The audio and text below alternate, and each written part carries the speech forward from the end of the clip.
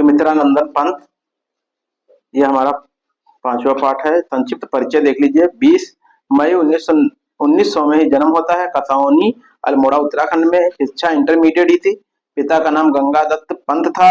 माता सरस्वती देवी थी। वास्तविक नाम गोसाई दत्त था। लेखन में काव्य और गद्य दोनों लिखा है इन्होंने।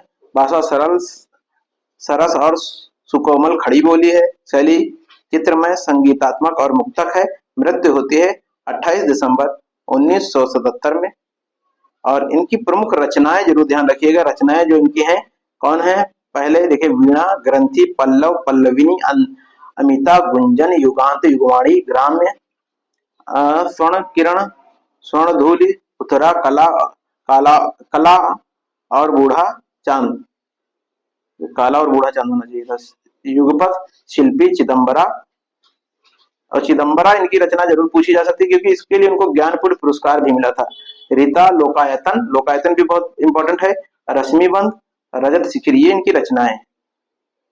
चलिए आगे देखते हैं इनका जो व्याख्या व्याख्या जो देखनी है।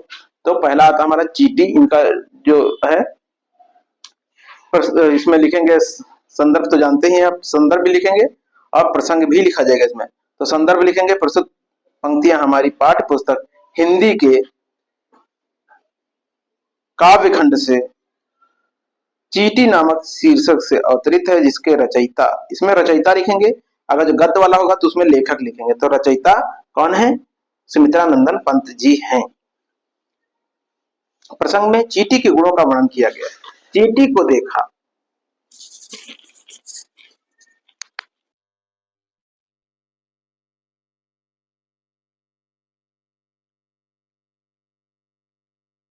सरल विरल काली रेखा, तम से तागे से सी जो हिलडुल, चलती लगपद पल पल मिलजुल, वह है पीलिका पाती, देखो ना किस भांति, काम करती वह संतत, कन कन कन कन के चुनती अविरत।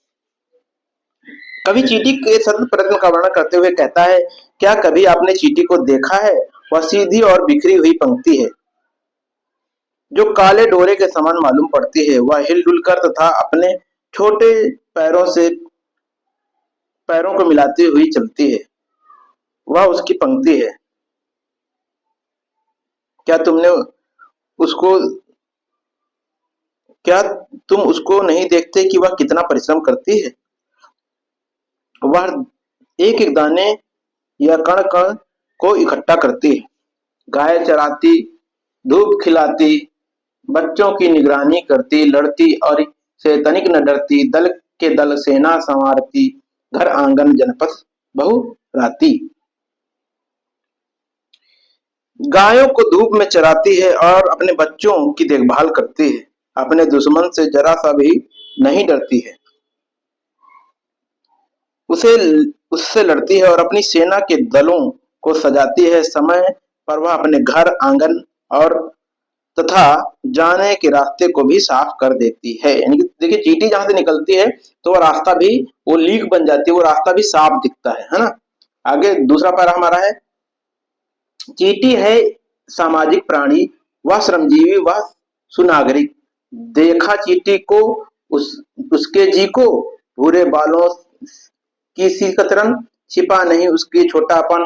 वह समस्त पृथ्वी पर निर्भय विचरण करती, श्रम में तमन्नाए तन्मय, वह जीवन की जिंदगी अच्छे। चीटी एक सामाजिक प्राणी है। चीटी का अपना समाज है। यहाँ इन पंक्तियों में कभी चीटी के चारित्रिक गुणों का वर्णन करता है। प्रसंग में लिखेंगे, संदर्भ आपका वही रहेगा। प्रसंग में लिखेंगे, इन पंक्तियों में चीटी के चारित्रिक गुणों का वर्णन किया गया है। चीटी एक सामाजिक प्राणी है। चीटी को अपना समाज होता है और उसी के साथ चीटी हिल मिलकर नियम पूर्वक रहती है। वह कठोर परिश्रमी है। वह श्रम करके अपना जीवन व्यतीत करती है। उसमें एक अच्छे नागरिक के सभी गुण विद्यमान है। कवि कहता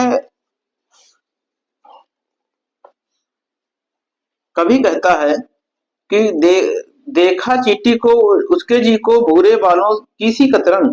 क्या कवि कहता है, क्या तुमने चीटी को ध्यान से देखा है? वह लघु प्राणी है परंतु उसका हृदय अत्यंत विशाल है। उसके भूरे बालों की कतरन के समान लघु एवं पतली है। छिपा नहीं उसका छोटापन, वह समस्त पृथ्वी पर निर्भय विचरण करती, श्रम में तन्मय, वह जीवन की चिंगी अक्षय। वह भी क्या देही है तिलसी, प्राणों की रिलमिल झिलमिल सी, दिन भर भी वह मीलों चलती, अथक कार्य से कभी न टलती।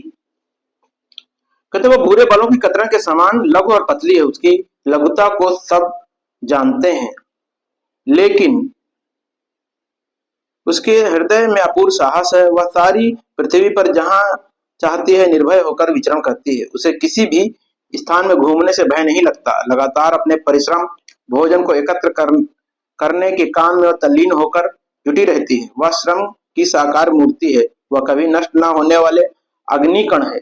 जब तक उसका जीवन है, अग्नि के सदस्य वह प्रज्वलित रहती है।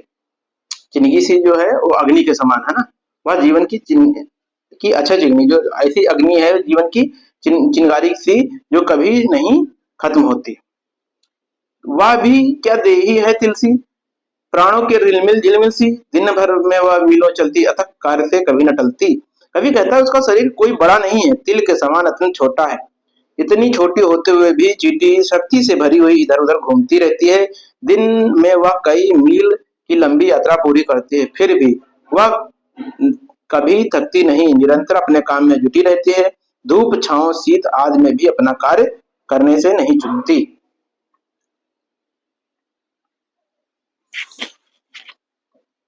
संदर्भ में डालना चाहें कि सुमित्रा नंदन पंत जी द्वारा रचित युगवाणी के चीटिक नामक शीर्षक से अवतरित है।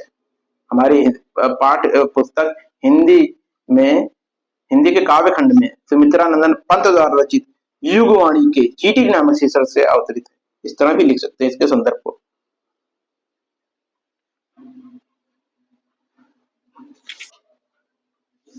अब इसका सेकंड वाला हम देखेंगे, चंद्रलोक में प्रथम बार।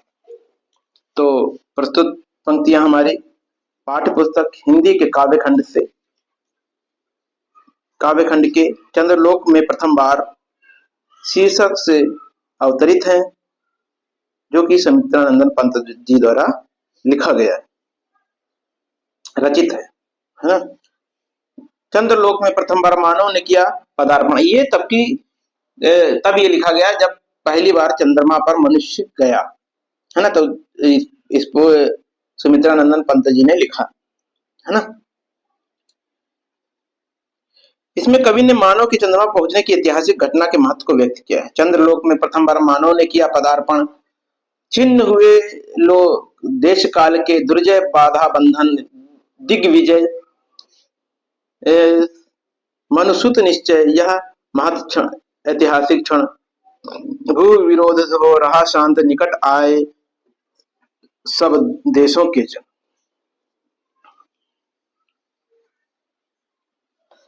कवि कहता है कि चंद्रमा पर प्रथम बार मानव ने अपने कदम रखे तो ऐसा करके देश काल के सारे बंधन जिन पर विजय पाना कठिन था, छिन्न भिन्न हो गए। यह निश्चय भी मनुष्य का दिग्विजय है।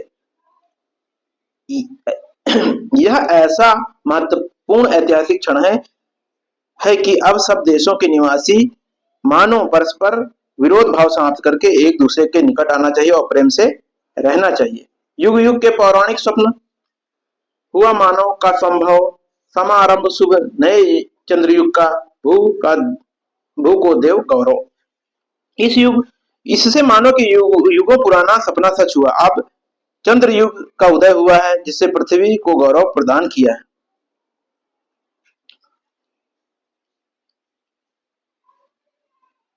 फहराए ग्रह उपग्रह में धरती के श्यामल आंचल, सुख संपन्न जगत में बरसे जीवन मंगल। पृथ्वी की विजय पताका दूसरे ग्रहों पर फहराए तथा संपूर्ण विश्व सुख शांति से पूर्ण हो जाए और चारों ओर कल्याणमय जीवन का प्रसार हो। अमेरिका सोवियत बने नव दिक रचना के वाहन, जीवन पद्धतियों के भेद समन्वित हो विस्तृत मन। अमेरिका और रूस दोनों ही महाशक्तियों को एक साथ मिलकर नई दिशाओं में खोज कार्य करने चाहिए।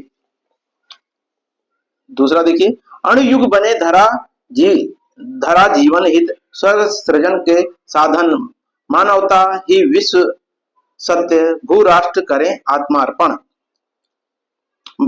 विज्ञान का संपूर्ण विकास मानव जीवन के कल्याण के लिए होना चाहिए। परमाणु शक्ति मानव जीवन के विनाश का साधन न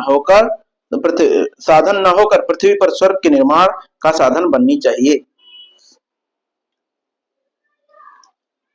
परमाणु शक्ति के उपयोग प्रेम, सद्भाव और भावनाओं के विकास में ही प्रेम के, सद्भावना आदि के विकास, भावनाओं के विकास में ही किया जाना चाहिए, जिससे कि पृथ्वी के लोग स्वर्ग के समान सुखी और संपन्न हो सके। सच्ची मानवता की स्थापना के लिए सभी राष्ट्रों को स्वार्थ का त्याग करके आत्मसमर्पण कर देना चाहिए, क्योंकि पृथ्वी पर मानवता ही सत्य है।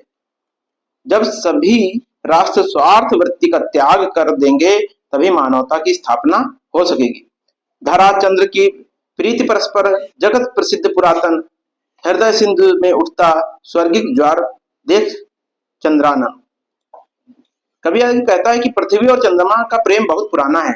कुछ विद्वानों के अनुसार चंद्रमा पृथ्वी का पुत्र है, क्योंकि पृथ्वी से ही चंद्रमा टूटकर अलग हो गया था। यही कारण है कि पूर्णिमा के दिन चंद्रमा को देखकर समुद्र में ज्वार आता है। चंद्रमा के मुख को देखकर सागर के हृदय में प्रेम का ज्वार उमड़ता है। ये भी आपका कहां से, रीता से इनकी एक रचना है, सुमित्रा नंदन पंत जी की रीता, उससे लिया गया है। तो ये आपका हम सुमित्रा नंदन पंत जी के जो 2 आपके चैप्टर थे इसके अंतर्गत वो कंप्लीट होते हैं।